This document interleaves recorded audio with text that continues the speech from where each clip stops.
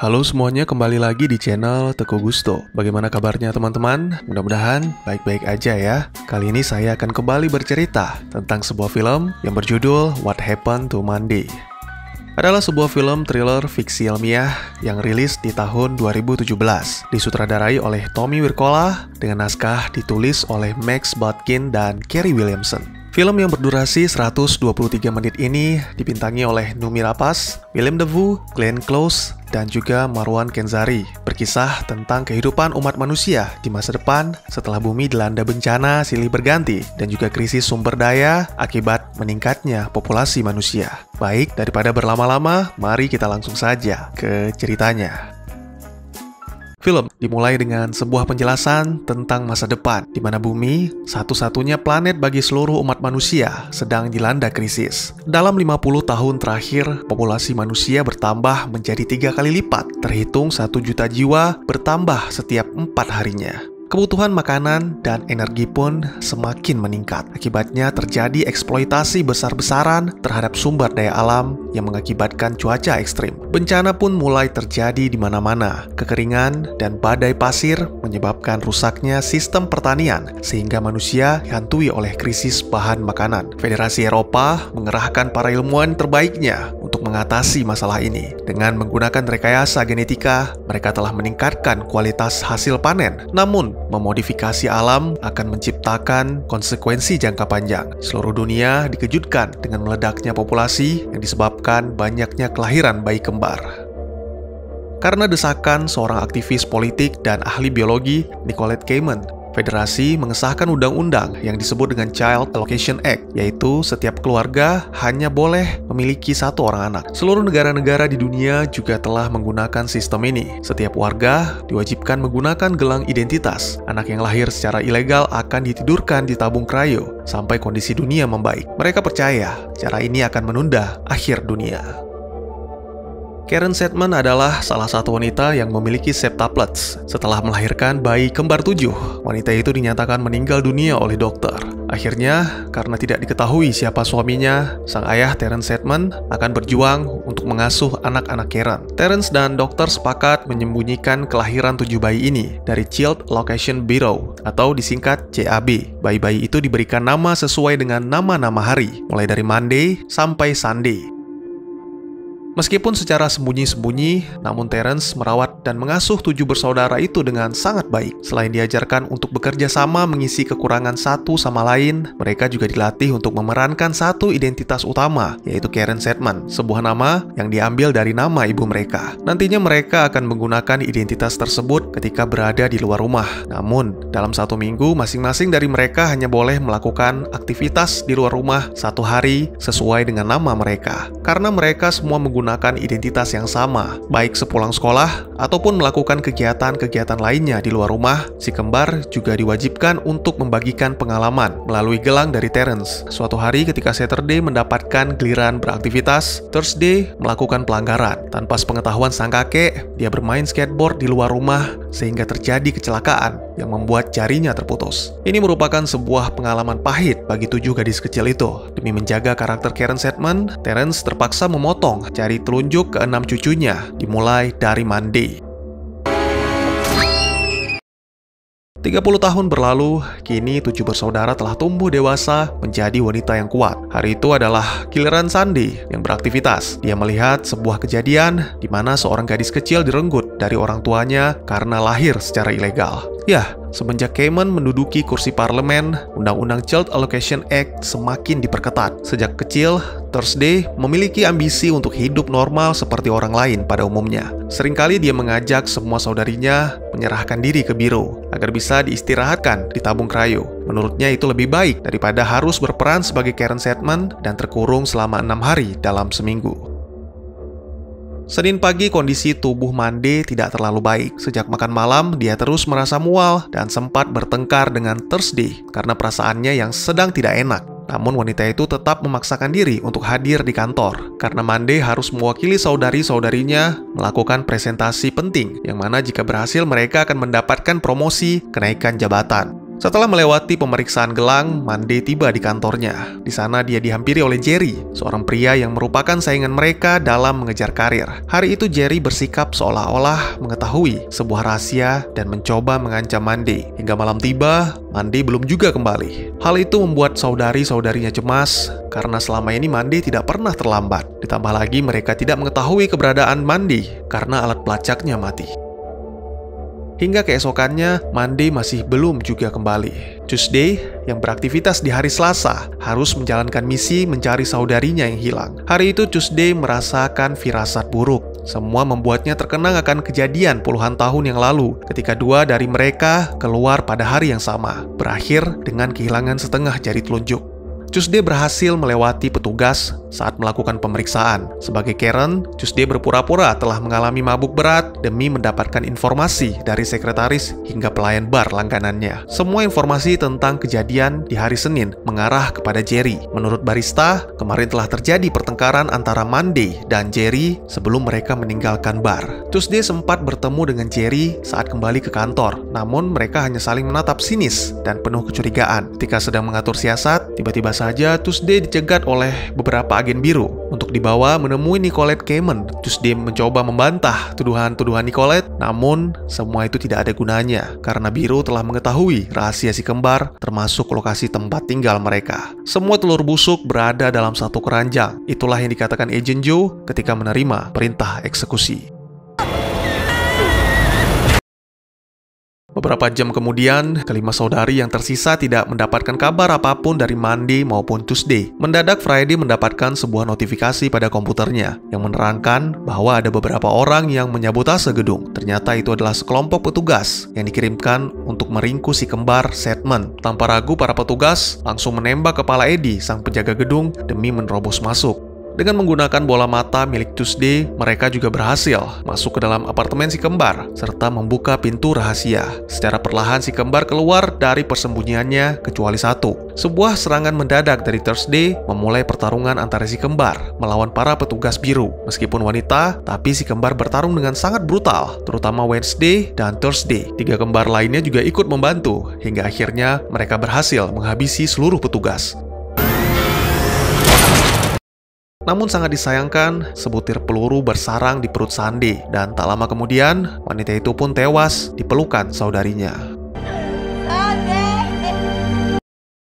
Thursday yakin bahwa para petugas yang menyerang mereka diutus secara ilegal, karena seharusnya hukuman dari pelanggaran yang mereka lakukan hanya ditangkap dan dibaringkan di tabung kayu. Kemungkinan besar Tuesday telah tewas, karena petugas menggunakan matanya untuk menerobos masuk ke apartemen. Kini giliran Wednesday untuk mencari tahu apa yang terjadi dengan Monday, serta mengorek informasi dari Jerry.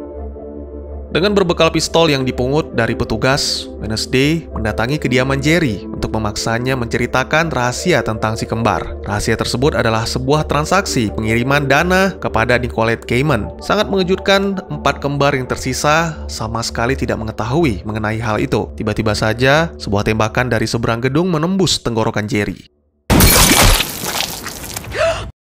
Ternyata para petugas biru telah mengepung apartemen Jerry dan satu-satunya jalan keluar, yaitu pintu utama, telah dijaga. Akhirnya, Wednesday memutuskan untuk bersembunyi di ruangan kamar mandi. Seorang petugas berhasil dihabisi dan suara yang ditimbulkan memancing petugas lain datang. Oleh karena itu, Wednesday harus bersiap menyambut mereka. Dengan cerdik, dia memotong jari petugas yang telah mati dan menyambungkan ke telunjuknya. Akhirnya dia berhasil menghabisi 3 petugas lain dan melarikan diri dengan cara melompat ke tong sampah dari jendela belakang.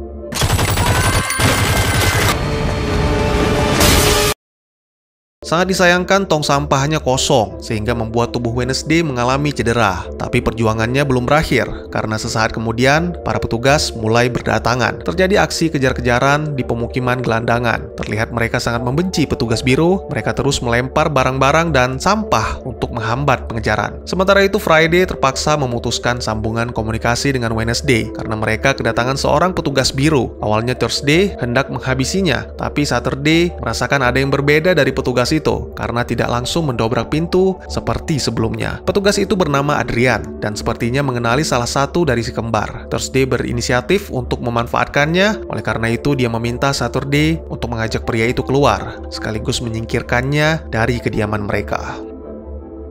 Kembali ke Wednesday, sejauh ini dia masih mampu bertahan dengan sedikit serangan kejutan dan bantuan dari para gelandangan. Setelah komunikasi kembali tersambung, Friday mengarahkannya ke atap gedung dan melakukan lompatan ke gedung lain demi meloloskan diri. Setelah mengumpulkan keyakinan dan keberanian, Wednesday pun melakukan lompatannya. Sialnya, Agent Joe telah mengetahui rencana tersebut. Pria itu langsung menembak Wednesday untuk menghentikannya dan sebuah tembakan lagi ke arah kepala untuk memastikan Wednesday benar-benar mati.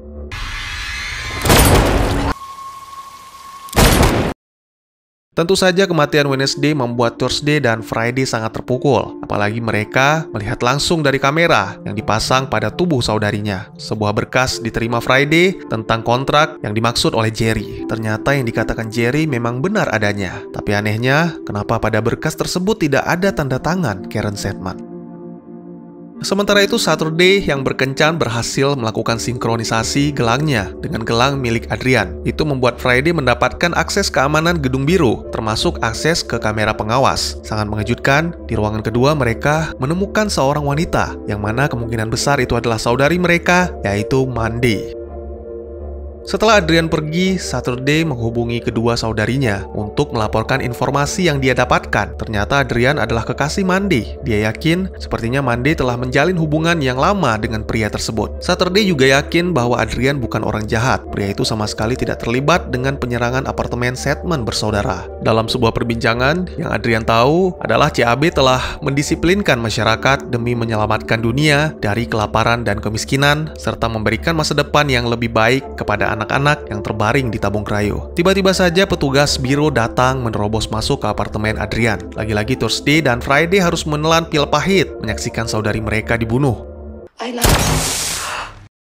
Bersamaan dengan itu, sebuah bom asap ditembakkan ke apartemen mereka, sehingga membuat dua saudari itu terpaksa melarikan diri. Namun, di tengah-tengah pelariannya, Friday berubah pikiran. Dia kembali ke apartemen untuk mensinkronisasikan seluruh data di komputernya ke gelang Thursday dan menyiapkan sebuah kejutan untuk para petugas biru. Friday mengakui bahwa dia tidak bisa bertahan sendirian di luar sana tanpa saudarinya, maka dia memutuskan untuk mengorbankan diri demi Thursday. Tuesday, Sunday, Wednesday, Saturday, dan kini Friday. Kehilangan saudari-saudarinya membuat Thursday benar-benar sedih sekaligus marah. Dia nekat menyelinap ke dalam mobil Adrian untuk membunuhnya. Alangkah terkejutnya pria itu ketika melihat kekasihnya masih hidup, karena sebelumnya dia baru saja melihat sang kekasih berada di dalam kantong mayat. Ternyata, apa yang dikatakan oleh Saturday benar, bahwa Adrian tidak mengetahui apapun tentang rahasia Sedman bersaudara. Akhirnya mereka pun memutuskan bekerja sama setelah mengetahui bahwa Mandy masih hidup dan kini sedang ditahan oleh Nicolette Cayman. Thursday adalah rencananya. Dia menyamar sebagai saudarinya yang telah tewas, yaitu Friday, dan Adrian akan membawanya masuk. Namun di sini ada sesuatu yang aneh, karena jika memang yang dibawa adalah mayat, seharusnya tidak diserahkan ke petugas krayo. Dengan mata kepalanya sendiri, Thursday menyaksikan kekejaman yang dilakukan oleh orang-orang biru. Ternyata selama ini, Cayman telah berbohong. Tidak ada satu anak pun yang ditidurkan. Semuanya dimusnahkan hingga menjadi abu. Ketika dua petugas itu lengah, Thursday langsung bangkit dan memasukkan petugas wanita ke dalam tabung, lalu memusnahkannya. Sedangkan si pria berhasil dilumpuhkan dengan suntikan. Sesaat kemudian, Thursday dan Adrian berhasil menemukan ruangan Karen. Ternyata wanita itu adalah Tuesday yang telah diperlakukan dengan kejam oleh anak buah Cayman. Ternyata Mandy masih hidup dan dia merupakan dalang di balik semua kejadian yang menimpa saudarinya. Mandy mengirimkan puluhan juta euro kepada Cayman untuk mendanai kampanyenya. Itu semua demi mengamankan undang-undang child allocation dari para kritikus yang menentang. Pada malam harinya, ketika kampanye berlangsung, Thursday yang telah bertukar baju dengan Tuesday didatangi oleh saudarinya, yaitu Mandy. Dengan pistol yang digenggamnya, Mandy berniat menghabisi Thursday seperti saudarinya yang lain. Dengan dana yang diberikan kepada Cayman, Mandy akan menjadi satu-satunya Karen Sedman dan hidup bahagia bersama kekasihnya, Adrian. Bagi Mandy, semua saudarinya hanyalah anak tambahan yang sebenarnya tidak dibutuhkan. Kata-kata tersebut membuat Thursday marah dan memulai pertarungan di antara dua bersaudara yang telah lama berselisih. Dua wanita itu bertukar pukulan dan saling banting, hingga akhirnya sebuah tembakan menghentikan pertarungan tersebut. Sementara itu, Nicolette Kamen dengan mantap berpidato dalam kampanye. Dia menjelaskan secara detail seluruh visi dan misinya jika nantinya terpilih. Dia juga menunjukkan sebuah grafik populasi yang terus menurun sejak Child Allocation Act diresmikan. Di tempat lain, Tuesday bersama Adrian menghadapi beberapa petugas yang dipimpin oleh Joe di ruang server. Lalu Joe menyerahkan tugas itu kepada wakilnya dan bergegas menuju ke acara kampanye untuk melindungi Kamen. Namun semuanya terlambat. Tuesday dan Adrian berhasil menyabotase layar di belakang Kamen dengan menampilkan kebohongan tentang cryosleep. Seluruh hadirin dibuat sangat terkejut menyaksikan pembakaran seorang gadis kecil di dalam tabung. Kamen merasa sangat marah. Dia langsung menyerang Karen yang ternyata adalah Thursday. Selain itu, Mandy yang terluka muncul untuk kembali membunuh saudarinya. Tapi niatnya digagalkan oleh Agent Joe. Karena berniat melindungi Kamen, pria itu langsung menembak Mandy.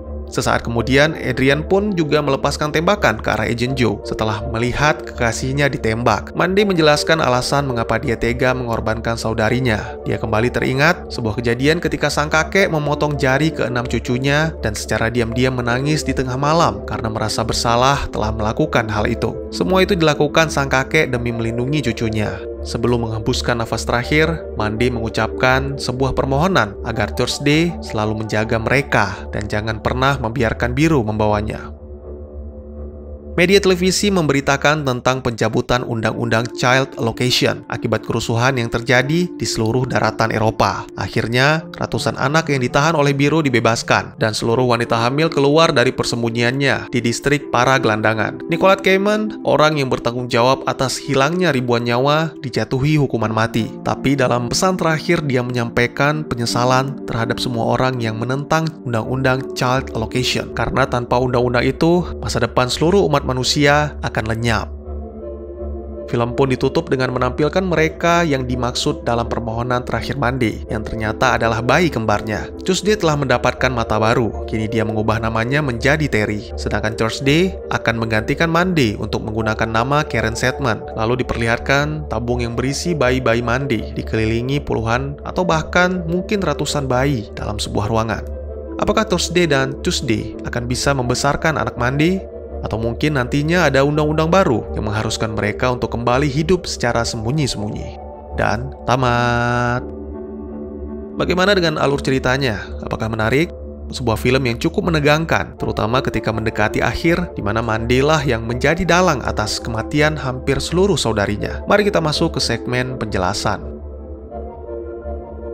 Adalah seorang aktivis politik dan ahli biologi konservasi yang telah berhasil mendesak federasi dengan menyetujui sebuah kebijakan, satu anak per keluarga. Selain itu, setiap individu diwajibkan memakai gelang identitas yang dikeluarkan Biru dan setiap bayi yang lahir secara tidak sengaja akan dibawa oleh Biru untuk ditidurkan di tabung cryo. Sayangnya semua gambaran yang diberikan oleh Kamen adalah sebuah kebohongan besar. Pemulihan bumi dari krisis sumber daya dan bahan makanan akan membutuhkan waktu yang sangat lama, sehingga jika dibiarkan terus, kemungkinan mereka membutuhkan miliaran tabung cryo, yang mana juga membutuhkan dana yang lebih besar. Saya pikir sebuah ide jahat muncul di benak Nicolette daripada menidurkan sementara, yang mana akan membuat penumpukan anak di masa depan dan mengulang kesalahan yang sama, maka lebih baik Kamen memutuskan untuk memusnahkannya saja. Tentu saja tidak ada yang mengetahui hal ini, kecuali orang-orang yang bekerja sama dengannya.